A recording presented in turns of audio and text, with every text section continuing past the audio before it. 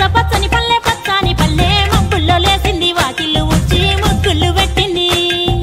అందాల బొడ్డమ్మ వాకిట్లో పెట్టి జైలెత్తి మొక్కింది కాపాడమంటూ గౌరమ్మ నడిగింది